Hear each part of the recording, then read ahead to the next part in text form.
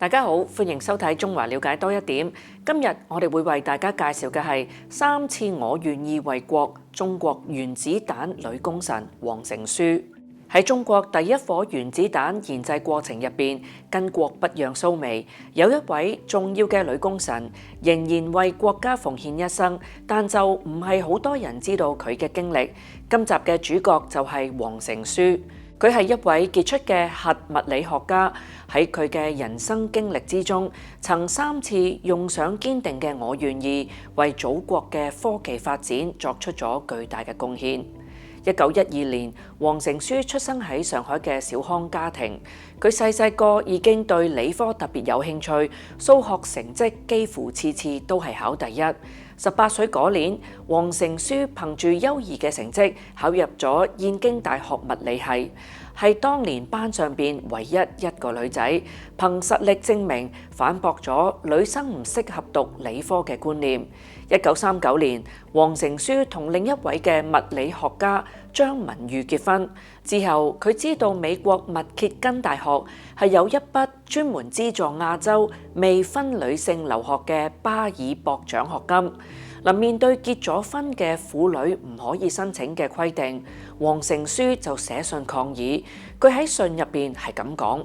女子可唔可以做出一番事業，絕對唔能夠靠係唔係結咗婚嚟裁定。呢一番真誠嘅心底話，成功打動咗大學嘅教授們，令到黃成書破例獲得資助。喺美國留學發展嘅15年間，黃成書師承國際物理學權威烏倫貝克，開展咗氣體輸運嘅理論研究。佢同師傅共同提出嘅黃成書烏倫貝克方程轟動咗物理學界，去到今日仍然係被應用嘅。烏倫貝克多次讚賞黃成書係了不起嘅人才，好多人亦都認為，只要佢繼續留喺美國發展，拎到諾貝爾獎都只係時間嘅問題。1949年新中國成立，黃成書同埋丈夫決定放棄舒適嘅生活，選擇回國。但喺回國嘅路並唔順利，同好多當時傑出嘅中國科學家一樣，佢哋遭受到美國當局嘅好多阻撓。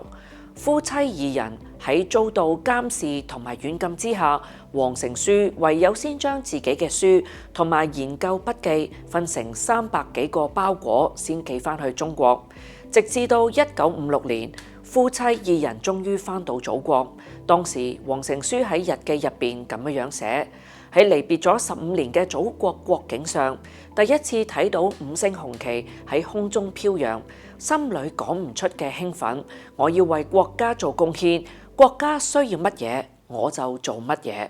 1958年，46歲嘅黃成書迎嚟咗人生第一個重大嘅抉擇。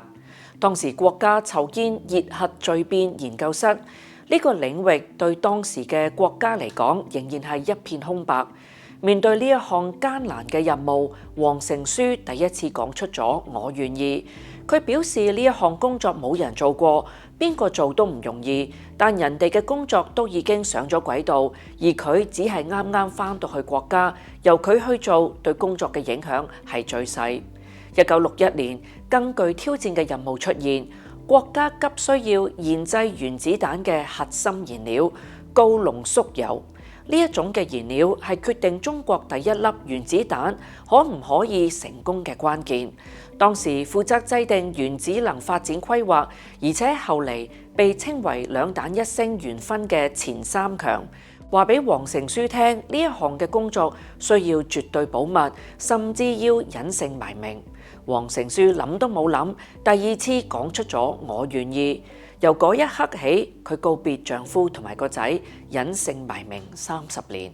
喺黃成書嘅帶領之下，團隊喺1964年嘅1月提前完成咗高濃縮鈾嘅研發任務，令到中國成為世界上第5個掌握相關技術嘅國家。同年嘅10月16號，中國第一粒原子彈試爆成功。之後，錢三強再一次去揾黃成書，希望佢繼續隱姓埋名，做同位素分離研究。面對有乜嘢困難啊，有乜嘢説話要帶俾丈夫同埋個仔嘅詢問嘅時候，黃成書只係簡單咁答冇。並堅定咁講出咗第三次我願意。由於工作嘅特殊性質同埋保密嘅要求，黃成書嘅事蹟喺好長嘅一段時間都唔係好多人知。直至去到1966年嘅國慶，佢作為有重要貢獻嘅科技工作者，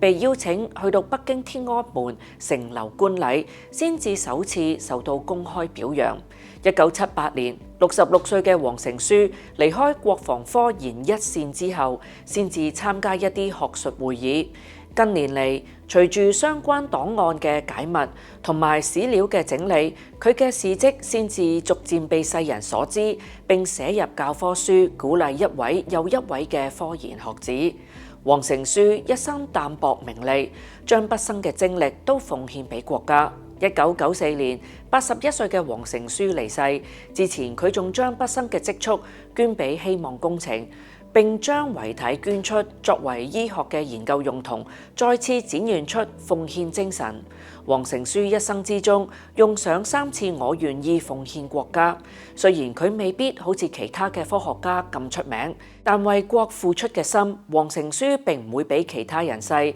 單單係呢一點，足以喺中國人嘅心入邊佔有一席之地。